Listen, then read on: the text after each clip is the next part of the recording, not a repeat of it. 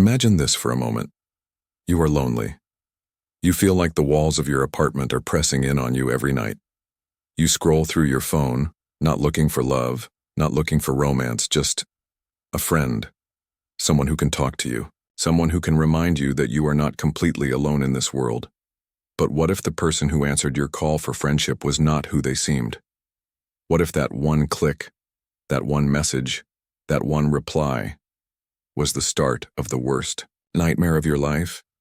Stay with me because this story will make you check twice before trusting anyone online again. If you are new here, don't forget to subscribe and turn on the bell so you never miss another chilling story.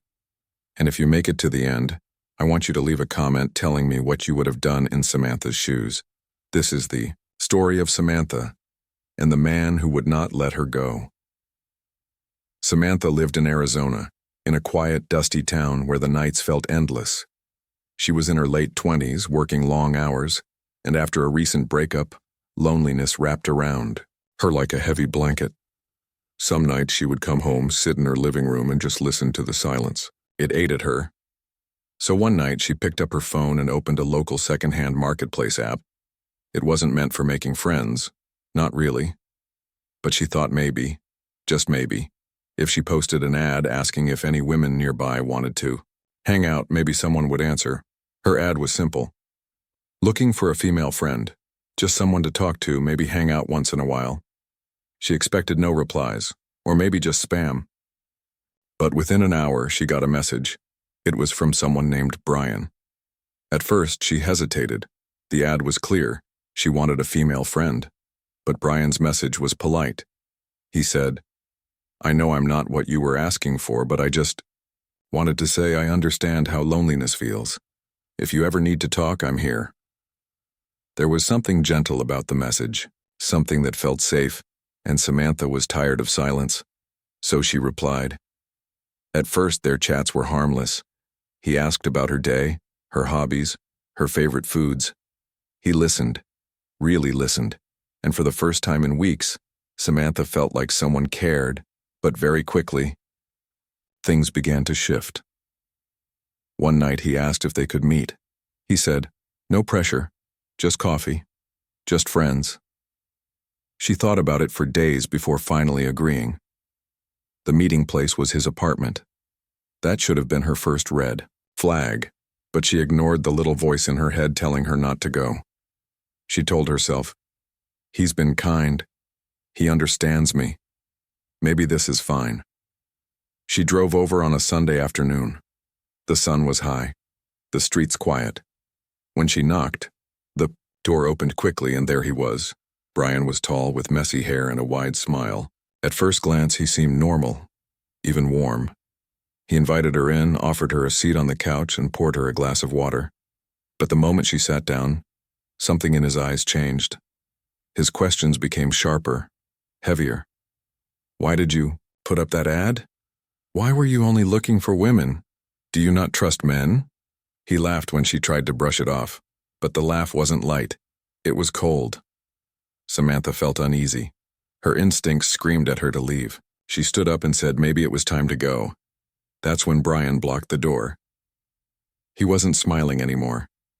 He leaned in close and whispered, "You don't get to leave yet." Her heart pounded. She managed to push past him, her hands trembling, as she grabbed her bag. She muttered something about needing fresh air, and to her shock, he let her go. But as she hurried down the stairs, she felt his eyes burning into her back. That night, she tried to convince herself she was overreacting. Maybe he was just awkward, maybe he didn't mean it like that. But deep down, she knew something was wrong. And the next morning, the nightmare began. Brian started texting her. At first, simple messages. "Good morning. Did you sleep well?" Then more frequent. "Where are you? Who are you with? When?" She didn't answer right away. His tone changed. "Why are you ignoring me? You think you can just walk away from me?" Samantha blocked his number. Relief washed over her for only a moment, because the messages didn't stop. He found her on Facebook, then Instagram, then her work email. Everywhere she went online, Brian was there. Weeks passed, and she grew more paranoid. She stopped going out after dark. She double-checked her locks at night. But nothing prepared her for what happened one evening when she came home from work. On her front door, tucked under the doormat, was a note.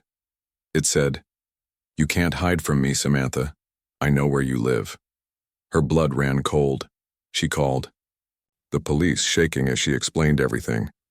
They listened, wrote down details, but told her unless he physically harmed her, there wasn't much they could do. She felt helpless. The weeks turned into months. Brian's obsession grew worse. She would hear footsteps outside her window at night. She would catch glimpses of a figure in the parking lot near her building. Sometimes she would swear she saw someone following her car. Her friends told her to move. And eventually she did. She packed her bags, left her apartment, and vanished into another town, hoping the distance would protect her. But deep down, she knew it wasn't over, because people like Brian don't just disappear. They wait, and they watch. So, what do you think? Was Samantha lucky to escape when she did? Or do you think Brian is still out there, waiting for the right moment to return? If you were Samantha, what would you have done differently? Let me know in the comments. I read every single one. And don't forget to subscribe, because I have even darker stories coming your way. Sometimes the scariest monsters aren't hiding under your bed. Sometimes they're the ones who smile at you through a screen.